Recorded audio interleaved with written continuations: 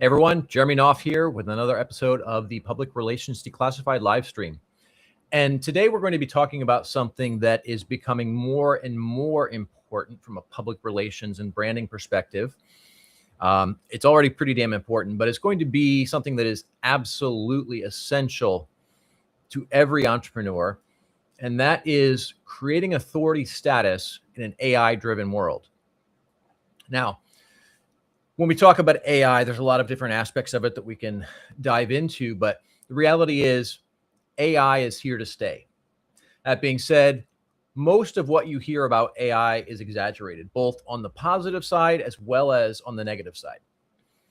The reality is that it's not a silver bullet that is going to solve all of our problems, at least not anytime soon, since so much of what AI does is absolutely moronic, right? Like it's not good at so many things, but there's also a lot of things that it is good at, and a lot more people are relying on it. So it is essential.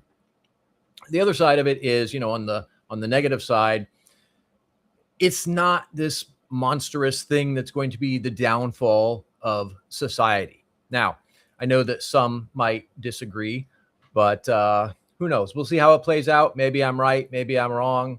We'll see what happens, right? I don't know what AI is going to play out in the long run.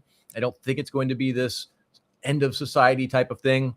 But in the meantime, it is important. It is something that a lot of people are using, and they're using it in a lot of different ways. So we need to be in these AI tools so that when people are looking for information, they're trying to vet us, they're trying to find out about who we are and what we do, that we show up in a meaningful way.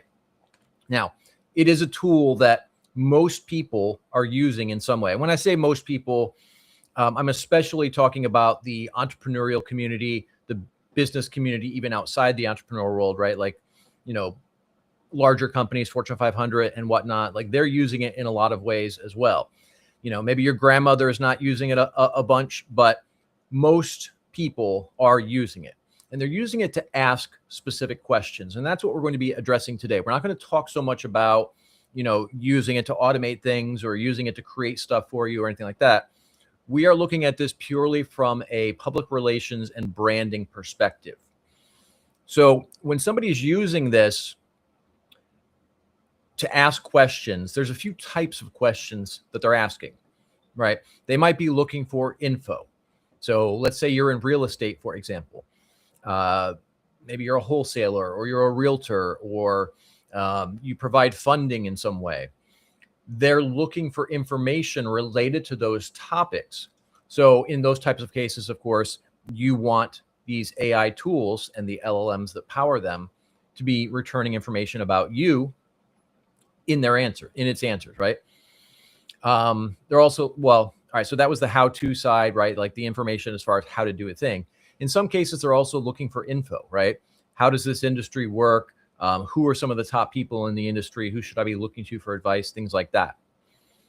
And then they're also using it for vetting. And this is where things get really interesting, right? Maybe they've heard of you. Maybe they've seen a post of yours on social media, or they've heard somebody talk about you and they want to go in and find out, is this person legit? So those are some of the ways that people are using AI in a way that touches on your publicity, your personal brand, your company's brand.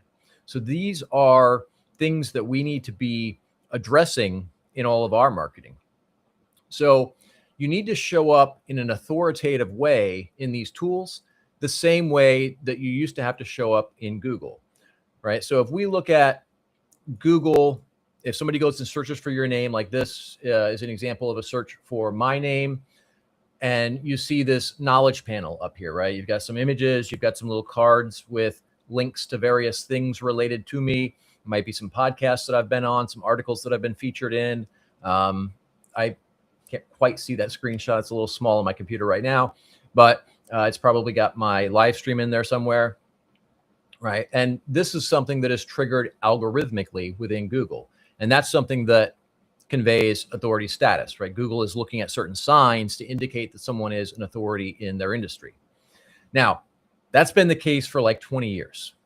But nowadays, you need to show up in AI tools in a similar way. Now, in these AI tools, there's not some big graphical aspect to it. There's not, a badge that says you're an expert or anything like that. It's more about the information that those LLMs are conveying about you. Now, in order for this to be effective, the AI response has to be comprehensive. Your full name. Ideally, you want it to have links to your website, and that could be your company's website. It could also be your personal brand website. You want it to show up with your YouTube links, your podcasts, and any other media that you may have out there. Books as well. If you're a published author and you've got books on Amazon, that's something that you want these AI tools to know about.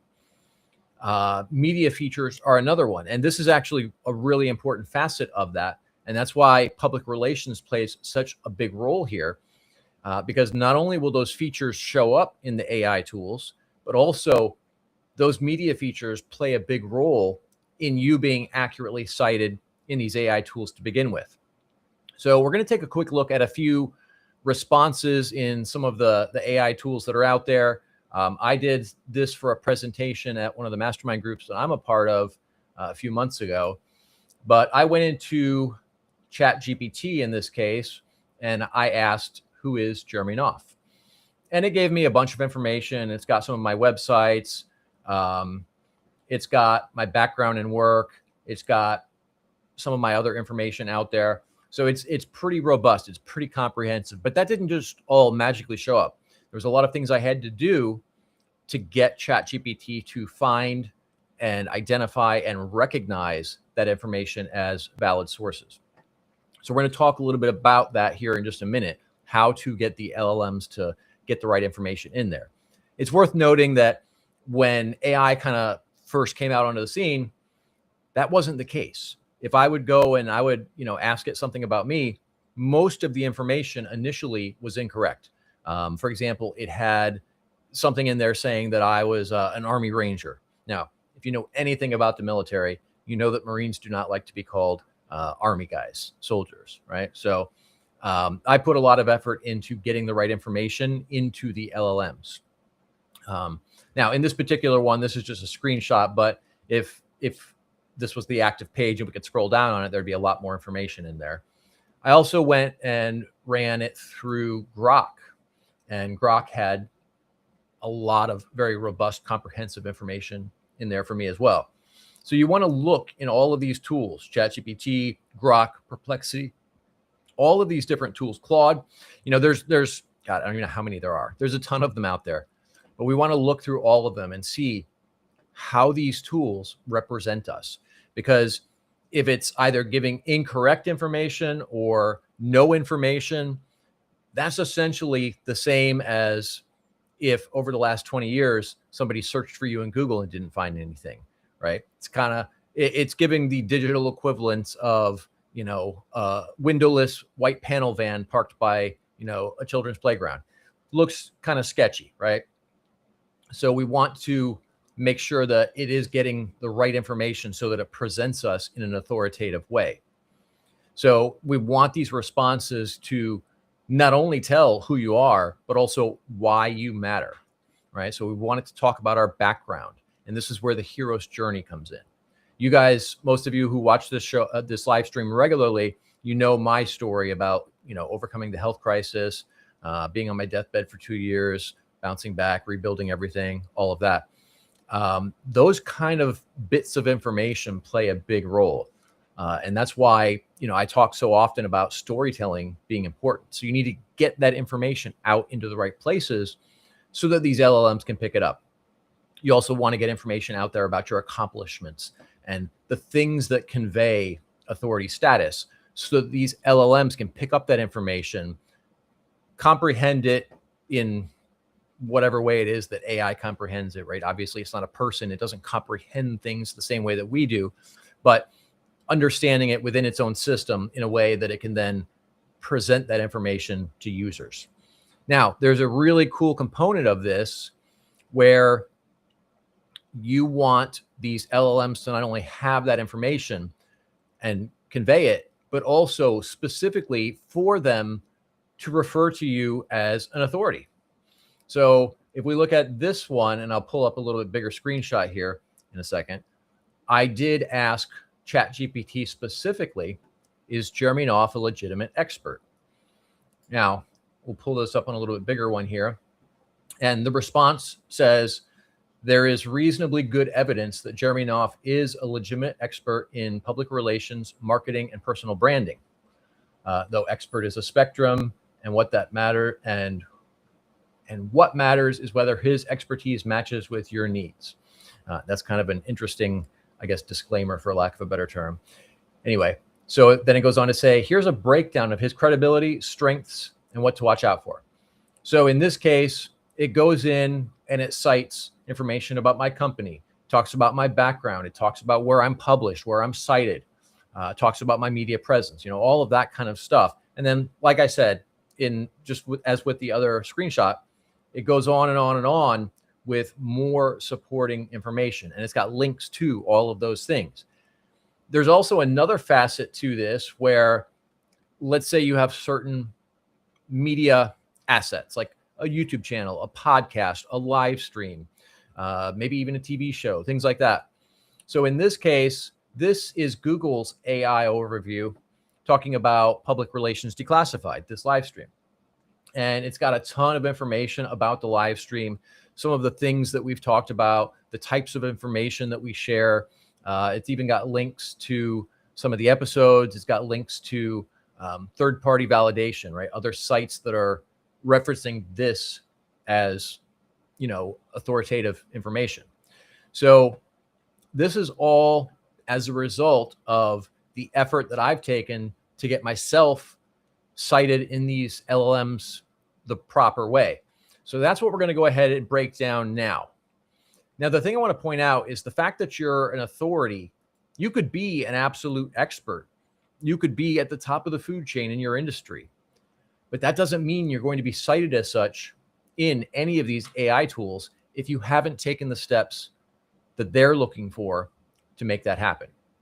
So what we have to do is we have to make it easy for these LLMs, and LLM is an acronym for large language model. And basically this is kind of the engine behind any of these AI tools. So we need to make the information that they use to make these determinations easy for them to find and utilize. So the first thing we're going to do is we're going to do some things on your own website. So there's a few aspects to this. One is content. You should be publishing content fairly regularly on your website. It doesn't have to be, a 60,000 word blog post or anything crazy like that, but it does have to be useful information. If I'm writing a blog post, whether for myself or for a client, we're typically going to be aiming at something around the 1,000 word mark. Now, that's not always going to be the case. There are going to be outliers where maybe it makes sense to go a little bit shorter. Sometimes it makes sense to go a bit longer, but 1,000 words is a good rule of thumb. You can also put videos on your website. And ideally, if you're going to put up videos, as much as I hate everything related to Google, YouTube is a good place to put those videos, and then from YouTube, embed them in your website. And what you're getting there is you're getting kind of a 2-for-1 impact. You're putting the information on YouTube, which does feed Google's Gemini. But then the other side of it is you're now getting these videos that you're embedding on your website. It's useful information there that people can come and consume. They're going to sit down, they're going to watch the videos. They're also going to stick around on your website longer.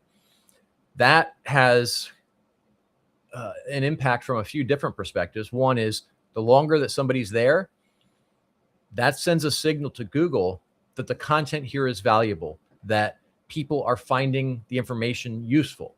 And that helps with your organic ranking. But it also helps on the AI side, because if they're staying there, they're consuming the information about you, then that tells the AI tools that, hey, this person's important. Other people see the information they're sharing and they want to continue to consume it. So these are all sending powerful signals to the LLMs that power, in this case, it would be specifically Gemini. But that is an important thing to do. The other thing is links. We look at links from an organic SEO perspective. It moves the needle in terms of increasing your ranking, right? You'll rank higher for certain keyword phrases. But it also gives the LLMs links to follow, which indicates that you are an authority. And then schema is another one.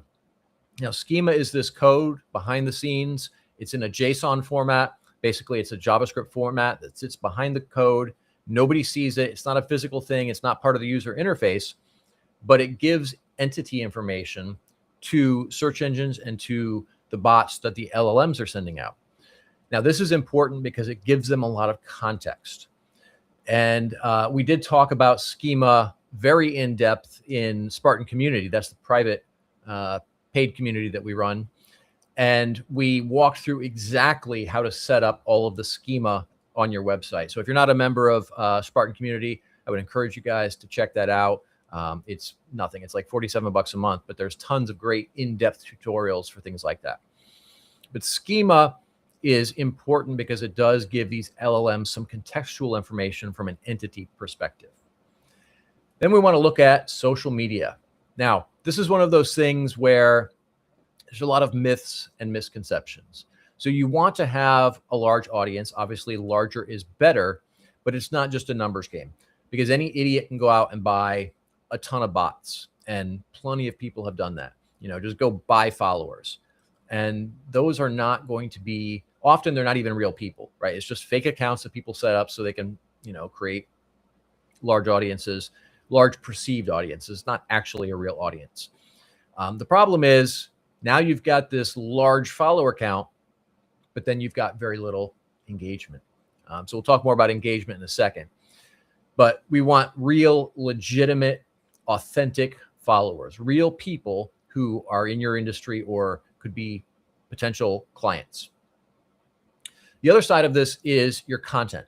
So you want to be creating useful and engaging content on a regular basis. I'm going to show you guys a good example of that here in a little bit, towards the end of the show. I've got a great video that I put together yesterday that's getting a fair amount of traction. But that's a great example of good engaging content that people like. It resonates with them. They engage with it. They like it. They comment on it. They share it. All of those things. And that's where engagement comes into the picture. So engagement is a very important metric, because if you've got a bunch of people liking your content, commenting on your content, and sharing your content, then that signals to the LLMs that you are important, that you're the type of person who is influential, that people find what you're talking about important, useful, and valuable. So that tells the LLMs that you are an authority. Okay. And then the next thing we need to look at is tier one media. Now, when we talk about media, there's a few different ways we can look at this. The principles of what is useful within the media are the same on both sides of this. So we're going to talk first about what the two sides of the media are. So you've got press releases and you've got organic, also known as editorial features, right? This is when a real journalist writes a story and either includes quotes from you because of your expertise, or they actually do a full-blown story specifically about you. Now, the key here is that these outlets have to be legitimate, authoritative outlets. So I've talked a lot about some of the things that people do to try and shortcut the publicity side of things. There's websites out there that are absolute bullshit that exist solely to publish garbage for a fee. And they'll publish anything, doesn't matter who it is, doesn't matter what it's about. They will publish anything for a fee. Those are not legitimate media outlets. Now, some people will say, oh, well, who cares? Just do it. And then you've got something out there about you. Well, okay. But the other side of it is everybody knows that those outlets are bullshit. So it doesn't actually put any authority on you. The other side is it can actually hurt you, because let's say you're out here presenting, oh, I was featured in such and such, world's best CEO magazine.com, right? Nobody gives a shit about that. It's fake. It's not legitimate. So if you're out here bragging about this and a journalist knows that it's a bogus outlet, then they're going to question your credibility and they're less likely to feature you in an actual legitimate feature. So we want to focus on real, legit outlets. If you're not somebody who knows how to identify legit versus bogus outlets, there is a really cool browser plugin. Chrissy, why don't you go ahead and go grab that link and we'll we'll drop it in the chat here. But we have a browser plugin right now. It's just for Chrome. We will be releasing one for Microsoft browsers and Firefox as well. But basically, it's an extension called Vetted, and essentially it gives you a little icon up in the top corner of your browser that tells you whether a media outlet is legit or bogus. Now, we don't have every media outlet in the world listed in this yet, right? It's an ongoing thing that we're building. But there's a fair amount of media outlets in there that it does identify, and it will tell you whether it is a legit or a bogus media outlet. And if you go to a legitimate media outlet, that little icon, if you pin it in your browser, will show with a nice little green check mark. If you go to a known bogus media outlet, and we've got quite a few of them listed in here, then it will give you a little red icon with an exclamation mark in it. And if you click on that icon, a little pop-up window will show up, right up in the corner of your browser that gives you a little bit more information about that media outlet. So if you want to get a better sense for which outlets are real and which ones are bogus, I would encourage you guys to head over to the Google Chrome extension store, pick up that browser, or that extension. It's free, and install it, and then pin it in your browser. And if you do install that, I would love it if you guys would post a review in the Chrome store for us. All right. The other side of this is this media coverage has to be ongoing. You can't just go, get some media features and expect to be considered an authority by the LLMs, by the AI tools, just because you had a few pieces. So I had a conversation just a week or two ago with a friend of mine who he did earn a Google Knowledge Panel, and there was a lot of information about him in the LLMs. And then suddenly it all went away. And he texts me and he's like, hey, what's going on here? Do you know what happened? He's like, I used to be in here and now all of a sudden I'm gone. And I basically told him, yeah. So what happens is if you are not consistently earning new media coverage, you're not consistently being cited as an expert, then these tools, these AI tools, are going to assume that either you're no longer active in the industry or you're no longer considered an authority, and that status falls off and you no longer show up if somebody searches for your name in these LLMs, right? If they're asking about you, it's not going to carry the same weight because you're no longer seen as an authority status. So you'll either not show up or you will not show up in an authoritative way, right? It's not going to have all kinds of information about the new things that you're doing, the places that you've been cited in, and all of that. So there is kind of an aging factor to anything that you're doing to show up in these tools. So we have to be consistent and ongoing with our efforts. And then, of course, the other aspect to this is the websites that LLMs train on. Now, media is one category for this. Any large, authoritative, trustworthy media outlets, those are a good source of information that the LLMs routinely crawl and compile data from. There's also an entire list. I think we've got, maybe 20, 30 different sites that LLMs regularly train on, which I covered this in depth in one of the other Spartan community sessions in the private community. So if you are a member of Spartan community, if you go look for that particular training session inside the community portal, there's a complete list of all of those individual websites. And like I said, there's probably 20 or 30 different websites. All right. So that's going to be the lion's share of what we're talking about here today. Look, the reality is we have to show up in these tools. This is an essential part of marketing today. It's an essential part of branding today. You have to show up in the tools in an authoritative way. So we're going to dive into Jeremy's PR PSA for the day, and that is, in an AI-driven world, you need to show up in an authoritative way in AI tools today, the same way that you had to show up in Google in the past. Now, like I mentioned, once upon a time, if somebody searched for your name in Google, you wanted to show up with, ideally a knowledge panel, but you also wanted authoritative media outlets to be talking about you. You wanted to show up in podcasts and videos and all these various things that convey that you are an authority. And nowadays, that's the case with AI, right? Think about it 5 years ago, before AI was really what it is now.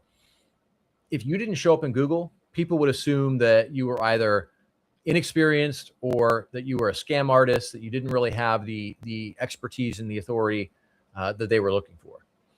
That's what is happening now with AI. So if you're not showing up in these tools in an authoritative way, it is going to hurt your credibility. So you absolutely have to put in the effort, do these things that we talked about in today's episode, and make sure that you are showing up in a way that helps build your authority and create a stronger personal brand for you to help people see that they can trust you, see that you're the right person to solve their needs, see that you're somebody that they can align with, partner with, collaborate with, all of those things. Okay, now earlier in the episode, I talked about creating useful, engaging content. So I'm going to show you guys a quick video here, and I'm going to throw out a quick ask, and I'm going to have a give for you guys as well. Now, I created this video around the whole Diddy documentary that some of you guys may have heard about. Personally, I think it came out awesome. It's hilarious. I took kind of a very unique approach to it, and it's gained a lot of traction. I think it has the potential to go viral here shortly. So what I'm going to do is I'm going to go ahead and play this video for you guys. And what I'd like you guys to do is like, comment on, and share it. And what I'm going to do is then take one of you who does that, and I'm going to put you into a media feature sometime within the next few weeks. So we're going to pick one person who engages with this in a meaningful way, and we're going to put you in a major media outlet and feature you as an expert, share your expertise, put your information out there and kind of position you as an authority in your industry. So we're going to go ahead and pull up this video here. And I'll have Christy drop this in the chat as well. Hey, everyone. Jeremy Knopf here. And we're going to do something a little bit different today. We're going to do a standalone video on one of my Jeremy's PR PSA segments. And what we're going to talk about in this video is the fact that it is shockingly stupid to start a PR war with someone who is smarter than you, pettier than you, and frankly has the resources to destroy you. Now, if you don't know what I'm talking about, we are talking about the new Netflix documentary, Sean Combs' The Reckoning. You guys may have seen this on Netflix or maybe heard about it in the news. Now, 50 Cent absolutely hates Diddy. Not just a little bit, but like a completely out of control obsession. While Diddy was getting down with many men and gallons of baby oil, 50 Cent was patiently waiting on his opportunity to destroy him. Along the way, he took plenty of shots at Diddy. Now, he may not have asked 21 questions, but he did ask one that I found particularly hilarious. Now, if you can't see the text there, maybe it's a little bit too small on your screen, it's a picture of Diddy riding a bicycle, and 50 is commenting on that Instagram post asking, there ain't no seat on that bike, right? You have to admit, that right there was pure gold. Now, rap beef is just part of the game, but 50 Cent approached it with an animal ambition, and he had all of the smoke for Diddy. Here's where it went to the next level. During the Diddy trial, 50 came across an opportunity to take a shot at Diddy with major distribution. Now, Diddy had hired a videographer to document his life throughout the case. And when he lost, he ghosted the videographer and refused to pay him. That was so disrespectful. But 50 bought the footage from the videographer. I bet he was thinking, I warned you. Then he took that straight to the bank and used the footage to produce the documentary. Now, artists come and go, but this was the final nail in the coffin for Diddy and was a classic case of man down for his career. Now, I will say that I have not watched the documentary because I'm sure it tells the story of some nasty kind of peep show that I don't want to know anything more about. But whether you hate it or love it, I'm sure it added a few more zeros to 50's piggy bank, and it let 50 kick him while he was down. Now, Diddy won't be in the club anytime again soon because his life's on the line in prison. So the only way that 50 could make sure that he saw this was to talk about it where he knew that he would see it. So he did interviews about the documentary on the network TV morning shows specifically because they air in all of the prisons. Talk about a position of power. I think this was his way of saying, don't push me. Now, I appreciate the fact that he has kept the heat on Diddy throughout his entire career And at no point did he ever back down. All right, guys, if you liked my PR breakdown of the 50 Cent Diddy beat. All right, so what I did there was I took a ton of songs from 50 Cent and I incorporated them into the kind of the script for the video, and then splashed on the screen when I was saying those particular phrases as screenshots from Spotify with the album and the song title. So a lot of people found this great, got a lot of traction. So this is an example of engaging content, right? We came out here, we took a current story that was in the news, right? This is an example of news jacking that I talk about all the time, and I tied it to public relations. So like I said, what I'm going to do is if you guys head over to YouTube, like that video, drop a comment and share it. I'm going to take one of you guys who does that, and I'm going to give you for free a media feature in a major media outlet. So go ahead and do that. And I will be checking that within the next couple of days. We'll look for who's putting that information out there the right way, engaging in the right way, and I'll select one of you to be featured in a major media outlet as a result of that. So that's a wrap for today, guys. I hope you found a ton of value in this. If you did, I'd love it if you'd share this with somebody who could benefit from the information. And I look forward to seeing you all in the next episode. Thanks, everyone.